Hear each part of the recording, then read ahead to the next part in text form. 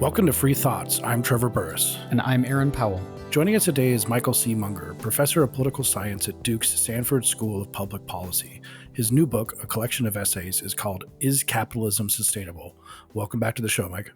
It's a pleasure to be back on the show. Thank you. It's a wide-ranging topics covered in your book, but as I was reading through it, I kept having this quote pop in my head from the filmmaker Michael Moore, which is something like, we need to replace capitalism with democracy. On one level, that seems stunningly ignorant because it's talking about replacing an economic system with a political system. But I also think it's important that we really listen to what that kind of statement is saying. So what do you think someone like Michael Moore means by that? And is it something we should try and unpack? Upton Sinclair, the muckraking writer and novelist, famously said that the ownership of tools is a means of democratizing the workplace unless the tools are really specialized and expensive. And in that case, it turns into a way of controlling the workplace. And I've always thought that that was interesting. What he meant by democratizing was to claim that people have control over their own work.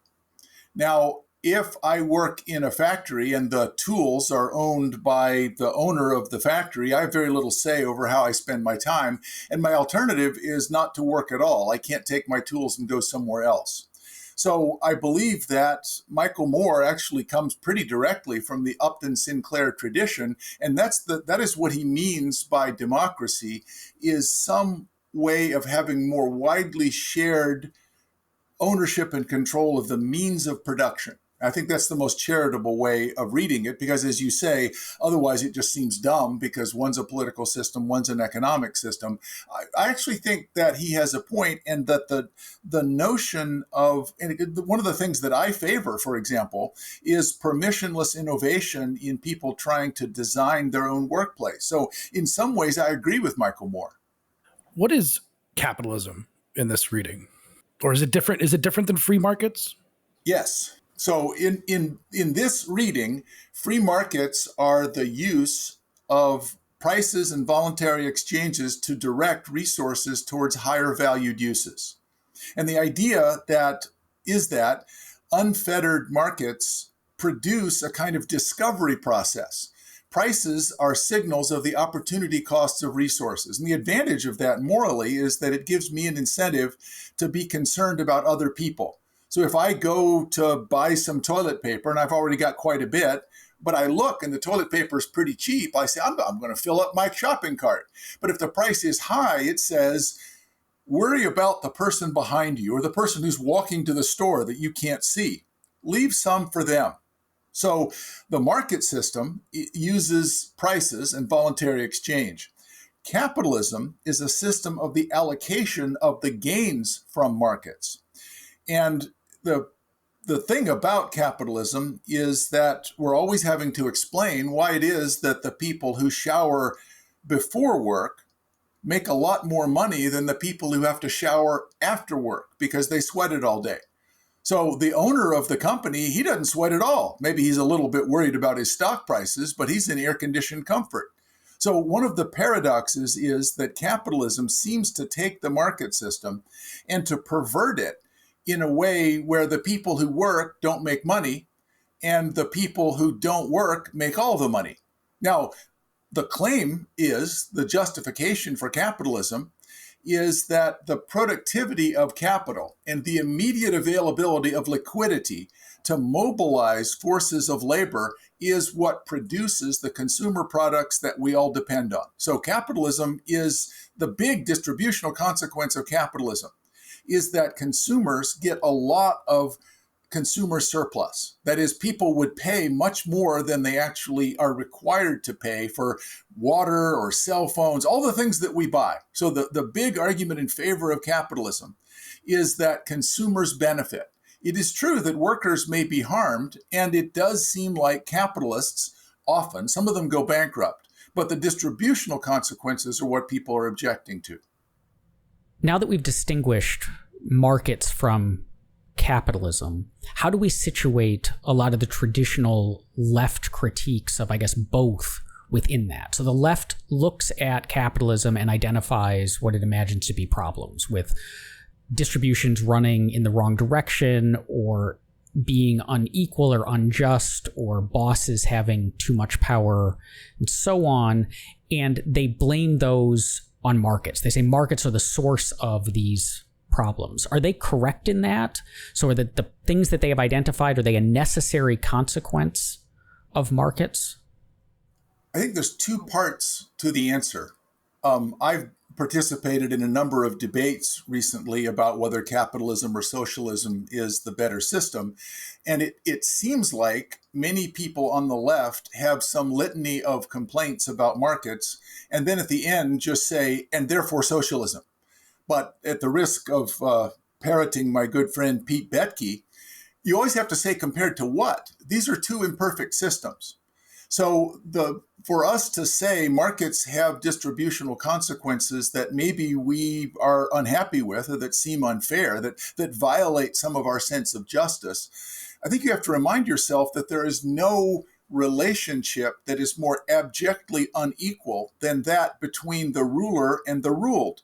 And in a socialist system, the degree of inequality is, if anything, even greater. You are depending on the goodwill of the people that are managing the resources that are productive. So the things that we use to make things, if those are owned by the state, I don't see how that's obviously better than having it owned by a relatively small number of capitalists who at least compete against each other. The second thing that is the problem of the leftist critique, and I think what you said, Aaron, goes right to the heart of this, they want to manage prices. Well, if you manage prices, you lose all the benefits from markets that they say they wanted to concede. So prices are actually the main argument because it gives you signals of the relative value of resources. No system can operate without some measure of the opportunity cost of resources. So if you say, well, markets are fine, I'm only worried about capitalism, but then you go to say, and we're going to manage prices, you've given up the farm. That system has, actually, let me put it this way. There are no examples. There is not one example of an economy that uses fully managed prices that has come close to solving the problem of poverty. Capitalism solves the problem of poverty at the expense of increasing inequality. But socialist systems that manage prices or have state ownership of the means of production may have less inequality, but it's because they have so much poverty. So if you care about poverty, you're stuck with the problems of capitalism. There's actually no alternative. It's not a choice between two systems. There's no alternative. I want to ask about a quote that you have early in the book. Folks on the political left claim they believe capitalism doesn't work. The real problem is exactly the opposite. The political left thinks that capitalism is robust and, in fact, indestructible. Can you unpack that, please? It always surprises me how people on the left say, well, we can solve the problem of poverty. All we have to do is increase prices, particularly increase taxes, particularly things like the corporate income tax. Well, if you look at countries that arguably have solved their poverty problem, many of my friends on the left are big admirers of the Scandinavian countries. So Sweden in particular, in the mid-1990s, went to the edge of socialism, looked over the edge and said, that's terrible. We're not going to do that. So what they did was they cut their taxes on corporations, and they have a redistributive welfare state that seems to solve some of the problems of poverty. But the way they do that is to have a relatively sensible system of taxation. So Sweden has much lower corporate income taxes than the United States, about half. They do have a much larger welfare state, but saying we're going to use unfettered markets to fund the reduction in poverty that comes from a welfare state is a whole lot different than saying we're going to redistribute the actual ownership of the means of production. So the quote that you mentioned, the part of the book where I make that argument, we act as if we can pack on more regulations, we can pack on more taxes, and capitalism will just keep right on humming along. And in fact, this has really been quite an example during the COVID pandemic. I've actually heard a number of radio commentators on the left recently say, well, clearly the pandemic shows that capitalism can't work. Well, it can't work if you make exchange illegal. If you shut down all of the opportunities that people have voluntarily to make money to help each other by providing goods and services. I agree. If you make capitalism illegal, it can't work. The people on the left just think that capitalism automatically happens. They go to the grocery store and all of this stuff magically appears, when in fact, there's a really complicated set of spontaneously emergent micro orders that are decentralized, that are operating in the background. But we cannot assume that those things operating in the background will continue in the face of increases in regulation and taxation. They're actually quite fragile. It makes me think kind of critique of conservatism, that what they want to, what's supposed to be conserved is the way that things were when, I was growing up. But each of us, the march of generations means if we actually held to that, we would be conserving, the 2nd century AD. And that there does seem to be, this notion that like we take the world as given.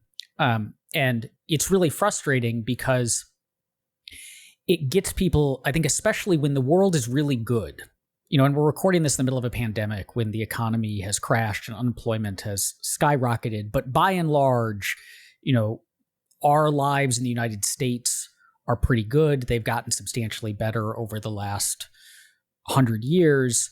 But when people are just used to that baseline, they assume that you can like muck with it, or I think there's a tendency to not even see the problems, but not see how good things are. How do we address that kind of problem? Because it makes it really hard to argue. On the one hand, you can be Pollyannish about markets and you'd be like, nothing bad comes out of markets, but that's not a convincing argument and it's not true. But on the other hand, if people assume that the kind of markets and the lifestyle they have now is the baseline, then all they'll focus on is the bad stuff. And it's hard to convince them of the good stuff because that's just what they're used to and it's not as acute. So is there a way to push back on that, to kind of sell markets in that environment?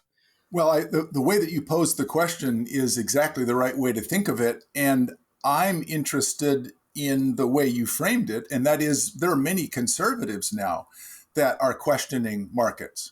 And it is perfectly possible to say we're worried about excessive consumerism and the anomic properties where we've lost our sense of connection to societies, clubs, or to the nation. So we had Patrick Deneen from Notre Dame University in last year, who had written a book, a criticism of liberalism, both on the left and on the right. So his claim is that liberalism, whether it's a conservative or leftist view, the problem with it is that it puts too much on the individual and ignores the responsibility that we all have to the state. The solution that conservatives have now actually kind of harks back to Montesquieu in a way, and that is, we need a more powerful government so that we will do the right thing and serve each other and serve our country. So for some reason, conservatives just assume that they're going to be in charge and that we can create this new system and we will go back to this bygone age that may never actually have been, where we all cared about each other. We were in bowling leagues. We all went to church. And what surprises me, I'm Catholic as it happens. What surprises me about that is the fundamental claim of Christianity is that faith, to be salvatory, has to be authentically voluntary.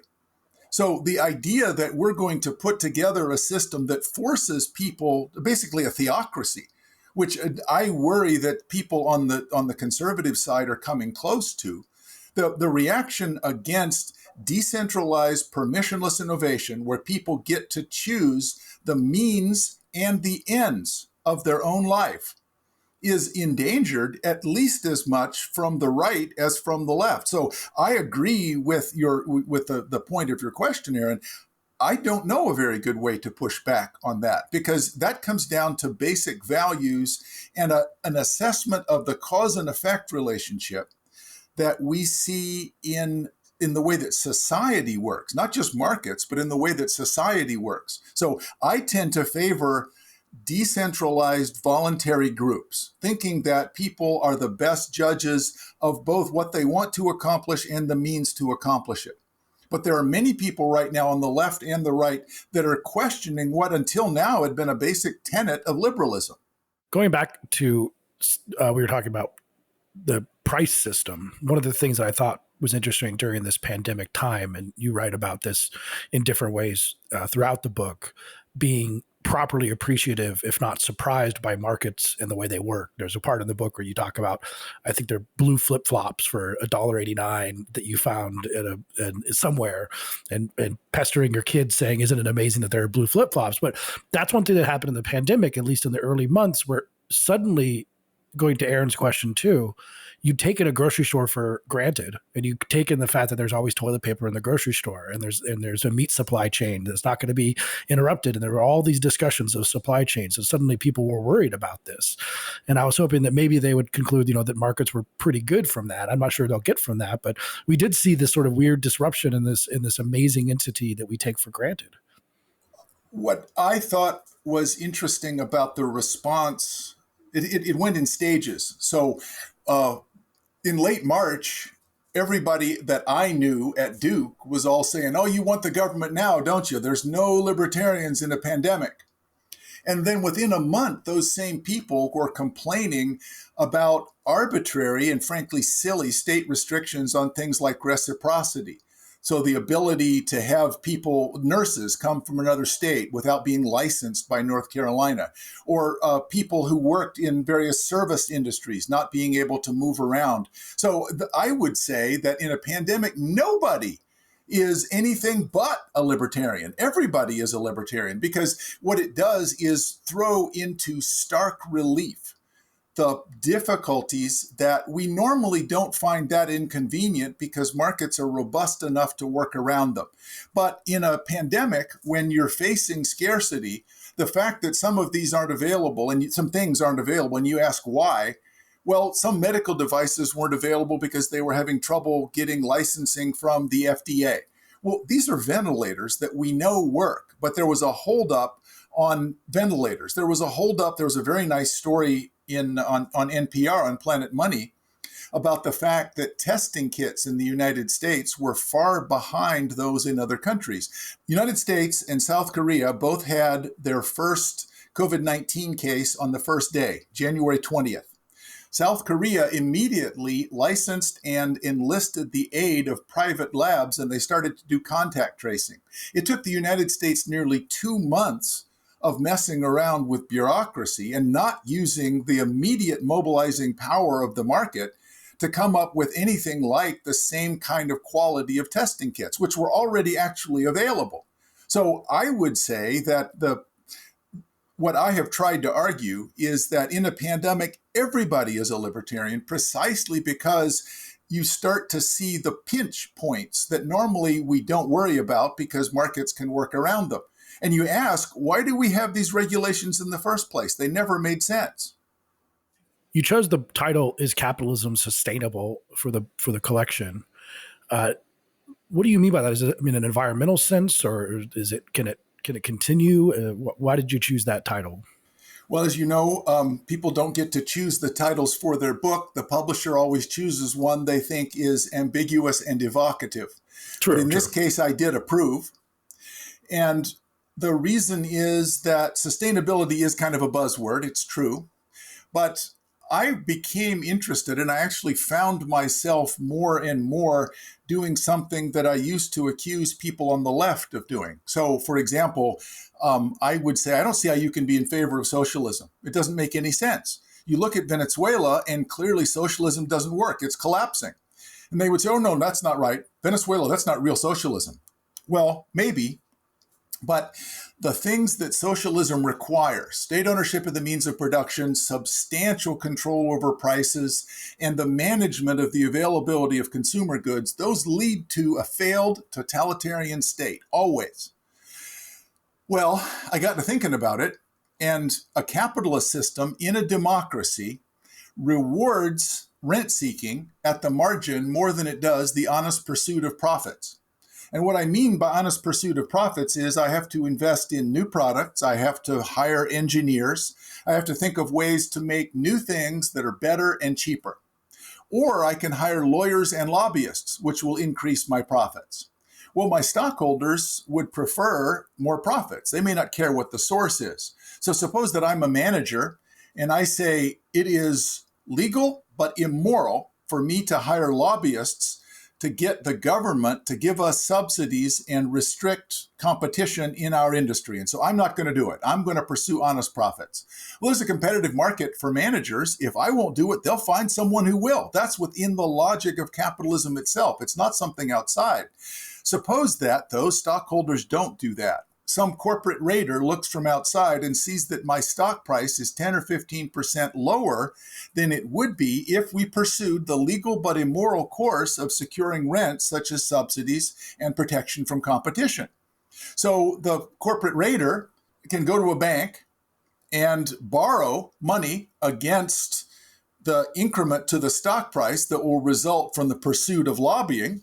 And again, that's within the logic of capitalism. So mergers and acquisitions and a competitive market for managers within the capitalist system drive capitalism towards cronyism. And if that's always true in a democracy, the only policy prescriptions are either that we have a dictatorship like Singapore, which presumably we're not proposing, or capitalism always has a tendency towards cronyism, which means capitalism is not sustainable. So the paper that Mario Villarreal Diaz and I wrote, the title of it was The Road to Cronyism. And we were riffing, obviously, on Hayek's road to serfdom. Now, it's not that there's no turnarounds on this road, but there is an inherent tendency in capitalism towards cronyism, and democracy enhances it. That means that capitalism is not sustainable in a democracy, and those of us who defend markets need to take that part of the argument from the left seriously. Cronyism is not the opposite of capitalism. It is something that capitalism turns into in a political system that allows freedom, and we should be worried about that. We should credit that as legitimate criticism. Do competing firms act as a check against that? So the concern about, on say, a pure socialism side is the state trucks away towards authoritarianism because it keeps aggregating more and more power towards itself. But states within their geographic area that they control don't have any competition. There's no one competing for the state with the state for that power. It's the only actor in town, and it's just taking more. But with cronyism is ultimately zero sum, right? Like if my firm gets the subsidies, your firm loses out, or if my firm gets the contract or the grant, your firm loses out. And so you've got multiple firms competing.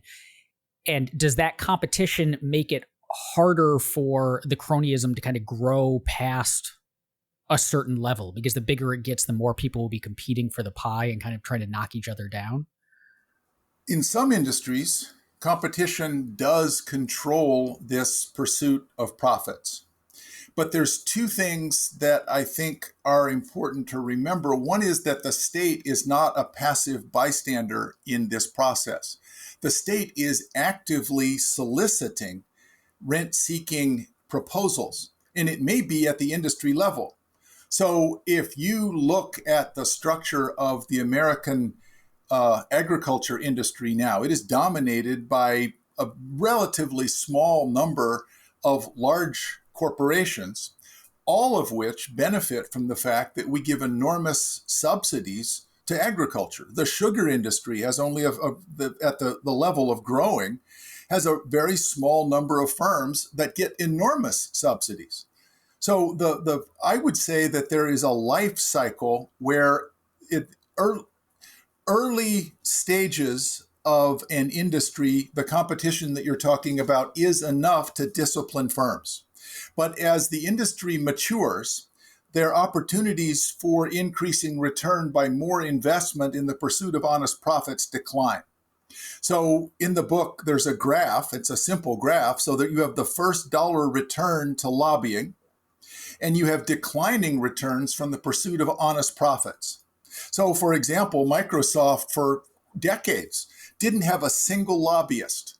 Now Microsoft has its own building on K Street.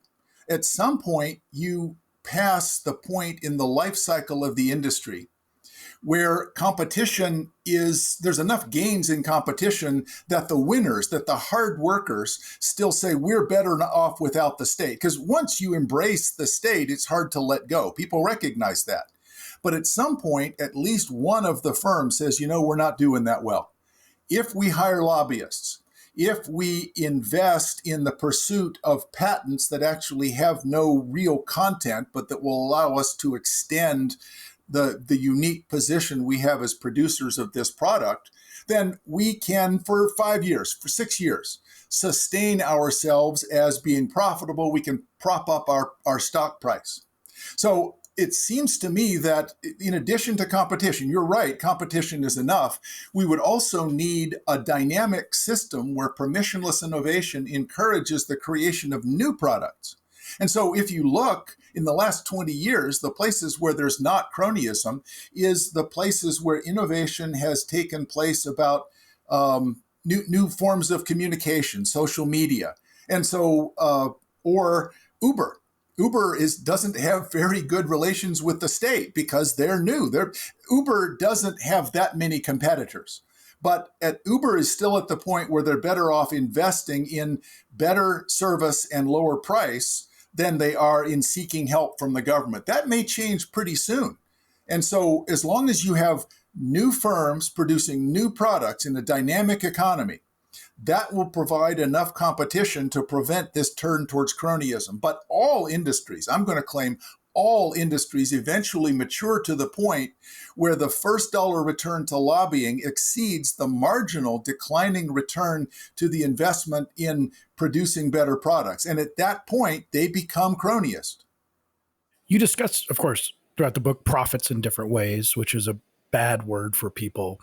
But sometimes it seems like people might worry that you're putting too much meaning into the word profit, or a profit doesn't encapsulate enough of our values. For example, in the area of recycling, that if you say it's not profitable to turn glass into cullet so you can make more glass with it, but if you're a proponent of recycling, they would probably chafe at this idea and say, well, that's exactly the point.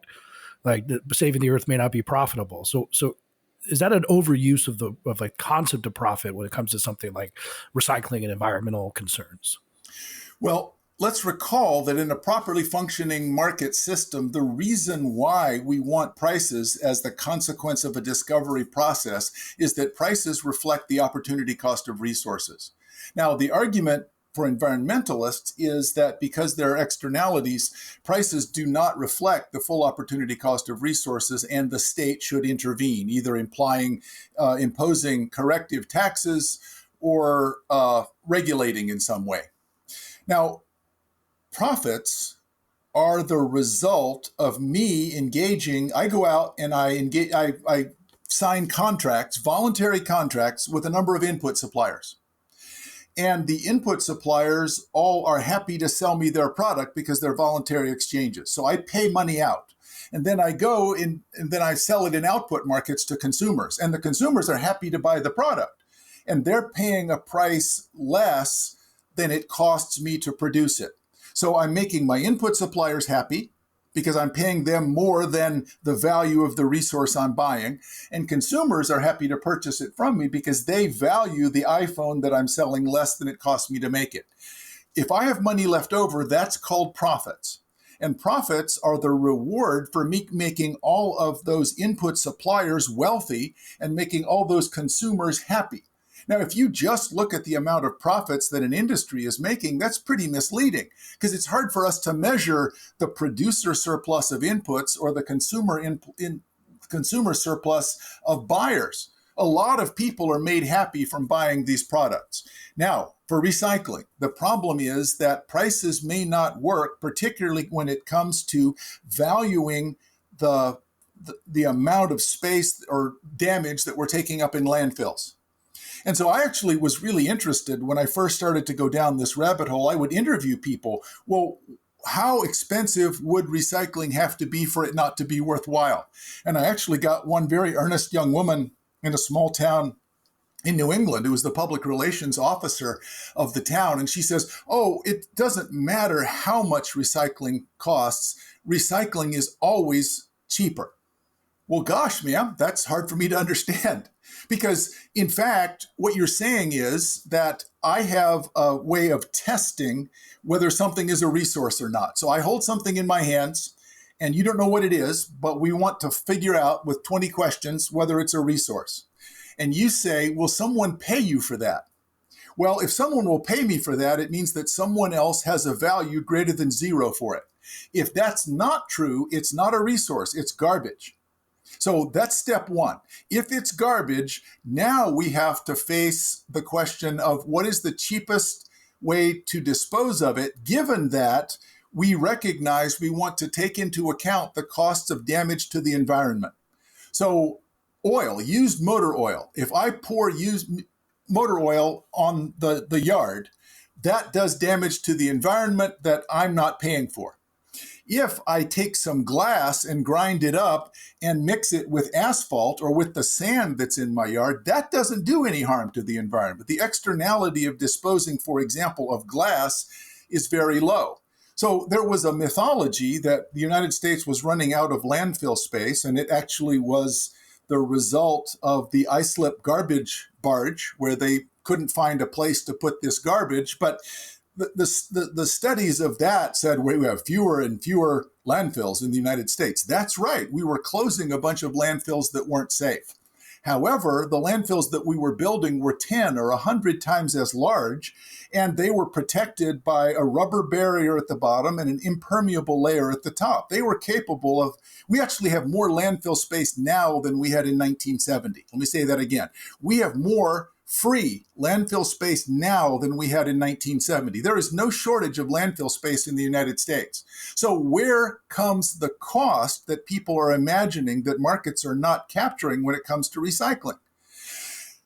So the city of Baltimore famously announced just this past January that for the past 7 years, they had been taking glass from the recycling bins. They take it to the recycling facility. They put the glass into bags. They carry the bags to the landfill. So they're trucking it twice, picking it up twice, handling it, trucking it twice. And the people were outraged, saying, well, we wanted to recycle glass.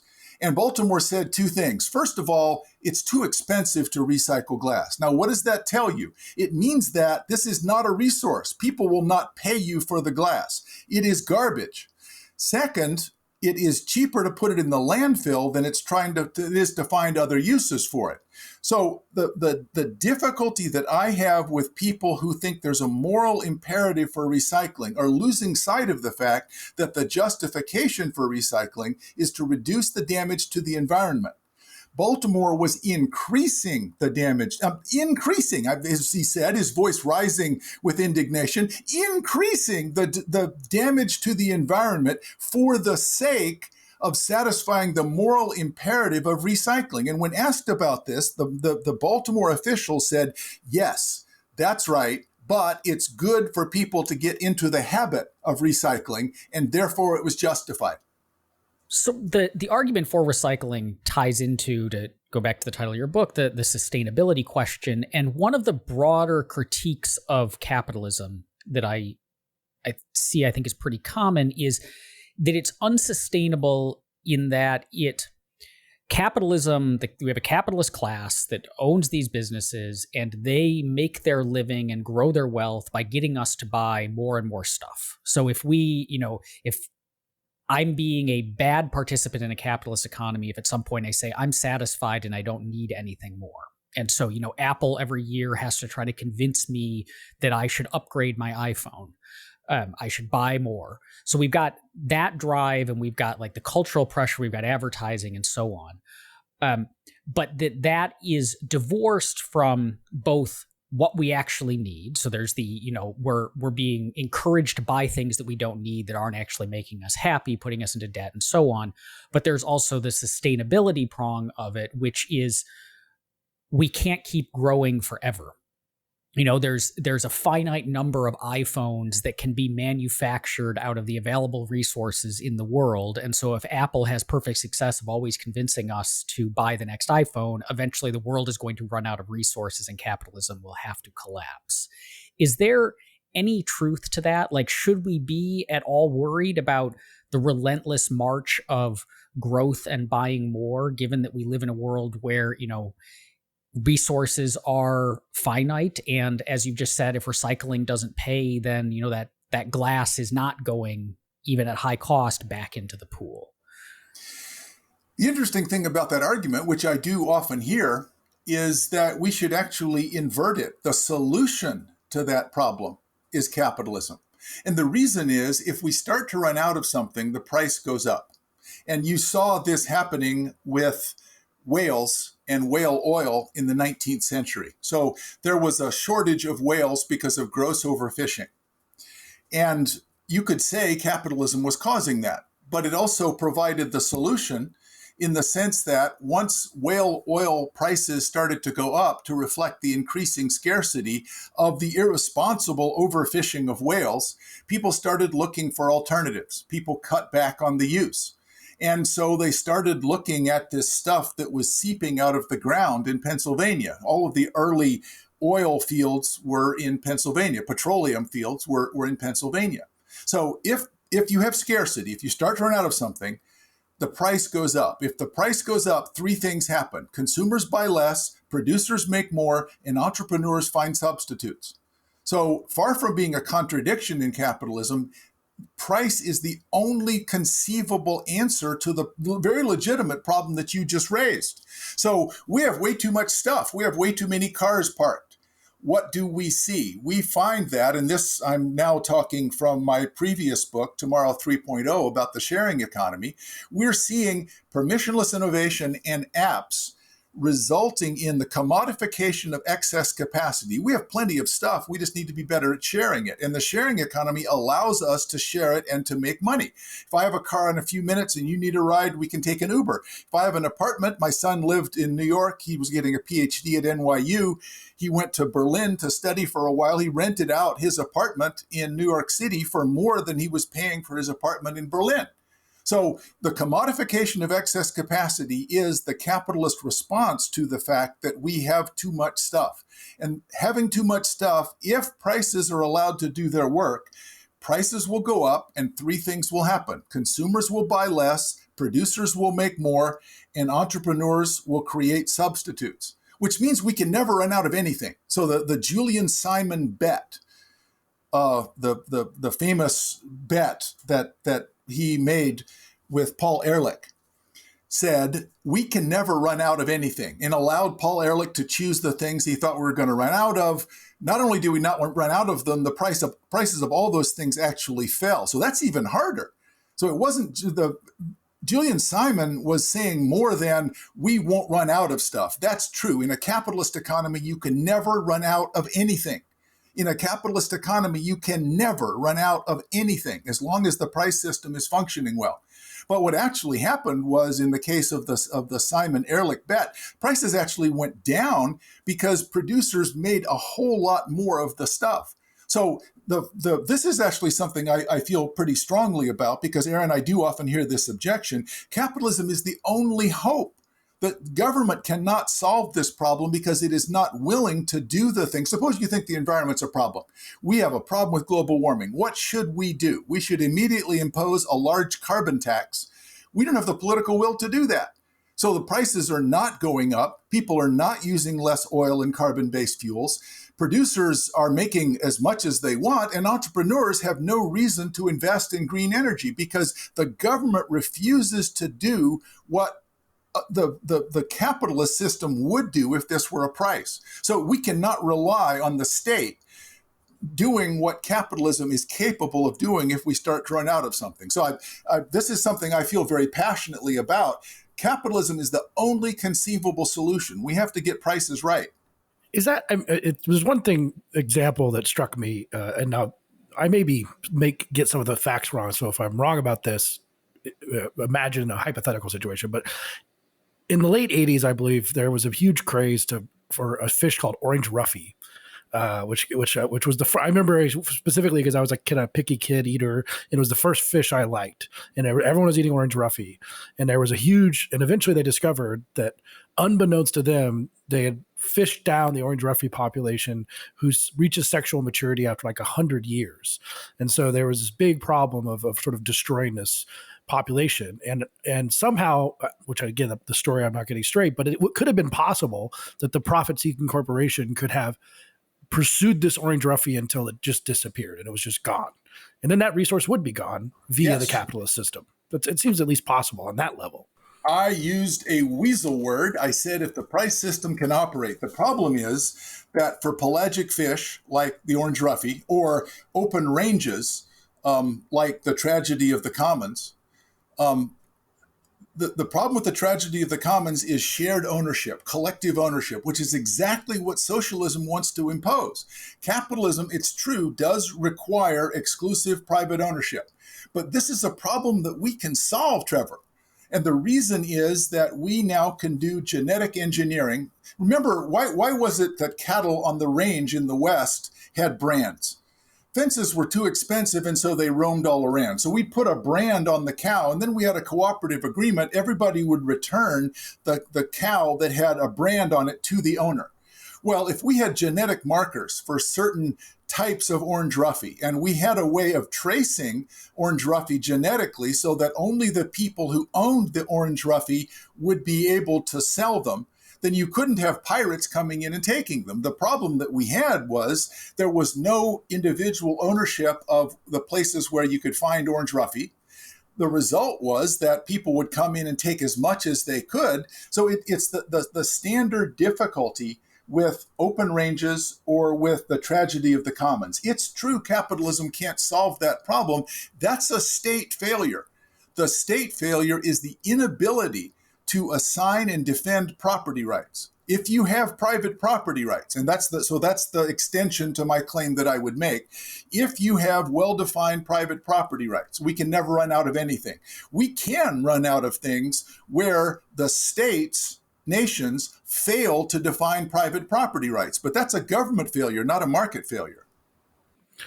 It's interesting too, because this goes back to the recycling point to some extent, because at different times it makes sense to recycle things depending upon the market. Oh, absolutely. I am an avid recycler. I always, in fact, if I see someone throw away an aluminum can, I will pick it up and take it home and recycle it. So aluminum cans and corrugated cardboard, we should, I'm making air quotes, we should recycle because prices are telling us those actually have value. I am not harming the environment by recycling aluminum cans or corrugated cardboard. I am harming the environment by insisting on recycling glass just to make myself feel good. It's appalling that people want to buy for themselves the moral licensing of recycling a couple of wine bottles so they can drive an SUV.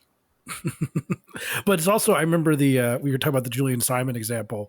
I don't know, maybe 10 or 15 years ago, there was suddenly a copper shortage, and people were stealing copper from houses and reclamating on from appliances and stuff. And it was an interesting thing where I said, I don't really understand copper markets, but if they let the prices run freely, this will probably solve itself. And I bet we won't run out of copper, because it suddenly made sense for people to come and strip copper and recycle it in some way. Right. And before, the copper is a difficult thing because we may not have, it is difficult to increase the supply of copper. And there may not be very many good substitutes for it because it has the electricity. But when you say people were stripping out copper, in many cases, these were abandoned buildings. I actually think that at some point, the price of plastic is going to go up because we may have a shortage of fossil fuels, which means that plastic will now have value. I think people are going to strip mine the large landfills to recover plastic, which they will then be able to sell. So it is responsible, in fact, for us to bury plastic in landfills, not burn it, but bury it in landfills so that future generations will have a source of energy. we've talked about consumerism, and we talked about recycling can never cost too much because there's a value in doing it, like that argument. It's a moral imperative. Yes, it's a moral imperative. You mentioned Patrick Deneen, and tying these together, if I can make an attempt to do this, it seems like one of the objections to capitalism, and it's not one that's often stated explicitly, but it seems to drive a lot of other kinds of objections to capitalism, is capitalism is ultimately a system about figuring it out what people want and then giving it to them at a price they're willing to pay for it. Like that's the mechanism. And a lot of times people end up wanting stuff that you yourself don't want, or they don't want stuff that you want, or they want stuff that you don't think that they should, or they don't want stuff that you think they should want. And capitalism is the system that enables all of that, like, misplaced wanting. And so with like Deneen and the National Conservatives, a lot of their objection is when you let liberalism and free market capitalism enables people to lead these lifestyles that I find distasteful. And so I guess it feels like a lot of the critiques of capitalism are at their heart about distaste regarding the desires and wants and lifestyle choices of others. How do we argue against that? Like, how do you address an argument for free markets when I know that, like, if we let people buy what they want, they're going to buy silly, dumb stuff? There is an interesting and sometimes undefended premise underlying liberalism and classical liberalism. And usually economists just give this kind of brief consideration and say, oh, well, preferences are subjective. And that means that people are the best judges of their own welfare. And what I like may not be what you like. Well, that's actually a pretty important point. And what actual moral philosophy of liberalism would say is not that this is subjectivism, but that this is autonomy. This is self-ownership. So the underlying assumption is autonomy and self-ownership. I am in charge of myself, and I am allowed to be in charge of myself and make my own choices. The alternative to that is that somebody else is going to make my choices for me. And usually the people who are opposed to autonomy, and I said this before, they secretly believe that they're going to be the ones who are in charge. So I asked Patrick Deneen, so what's going to happen if Hillary Clinton is president? He's going to, that can't happen. Our side has the better argument. We're going to win.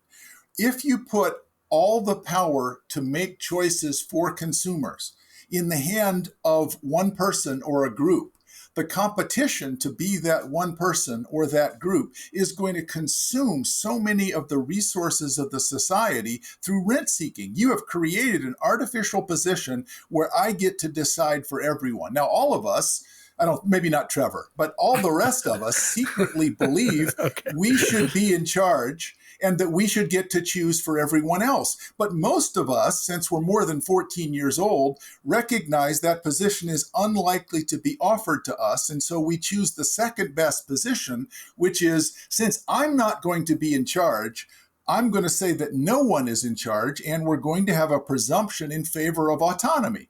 Now, maybe you draw the line and say, no heroin. People don't get to choose to have heroin. But maybe marijuana, probably alcohol, almost certainly coffee, and maybe Diet Coke. So at some point, most of us are going to agree, yeah, those are things that individuals get to choose. So I think that people who defend markets need to take this notion of autonomy much more seriously as being a substantive but defensible premise of their position. And here's the reason why I think it will work. Because many of the same people who say we're going to take away the ability of capitalism to produce stupid stuff, if you ask them, all right, are there people that you're not going to allow to vote? Oh no, everyone should get to vote. Really? So you're defending autonomy when it comes to voting, when people are rationally uninformed, when they don't know much about the alternatives, but you're not going to let them make their own choices when it comes to breakfast cereal, where they're the only ones who are responsible for it? That doesn't make any sense to me. If you have questions about autonomy, it should come at the level of democracy. I'm worried that not everybody knows enough to make the right choices when they vote. And when I say that, you recognize what a terribly dangerous position that is. You don't want anyone in charge of deciding how other people get to vote. Well, I don't want people in charge of deciding what I get to buy. And in fact, the autonomy over and my self-ownership over what I get to buy is much more defensible than the presumption of the autonomy of everybody in a democratic system, because it's just true. Many voters are not paying much attention. That's dangerous to the system. But we correctly say the alternative, which is someone is in charge of deciding what people want, is even worse. So things don't look really good right now for libertarians, free market advocates, capitalists. We got democratic socialists on the left and national conservatives on the right. What do you think supporters of capitalism should be doing better to maybe get out of this morass that we're seemingly going into? I may just be an incurable optimist, but so I'm going to quote someone that I didn't agree with, but then come back to a point. So at one point, some American soldiers, it was an officer, he was a major, was being interviewed on CNN in Baghdad. And they said, the interviewer said, there's so many different factions, it's hard to know who's on what side. How do you make sense of this? And the major said, I have come to the conclusion that what we should do is give all sides better weapons, better training, and seal the borders for a year. Then we'll come back, and whoever survived, that's who we'll deal with. So I would say that the current political situation is a conflict between people that are so egregiously mistaken that neither Bill Clinton nor Ronald Reagan would have agreed with. Both Bill Clinton and Ronald Reagan agreed on a bunch of things about here is the way that the society should operate, the certain basic premises. So the very far left and the far right, I say give them better weapons and better training and come back in 4 years. So I think we're in for a hard time. I think that's right. However, both of them are going to prove their incapacity to govern. And if we can just maintain a flickering remnant of here's an alternative that has stood the test of time, that in many nations, classical liberalism has been a compromise between people killing themselves over religion, people killing themselves over politics. We're going to allow freedom of speech, we're going to allow freedom of religion, and we're going to encourage tolerance of people who disagree with us. I think that this is going to be a great opportunity.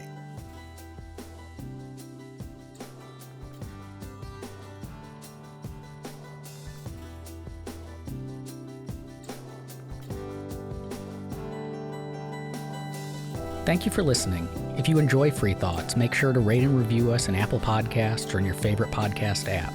Free Thoughts is produced by Landry Ayers.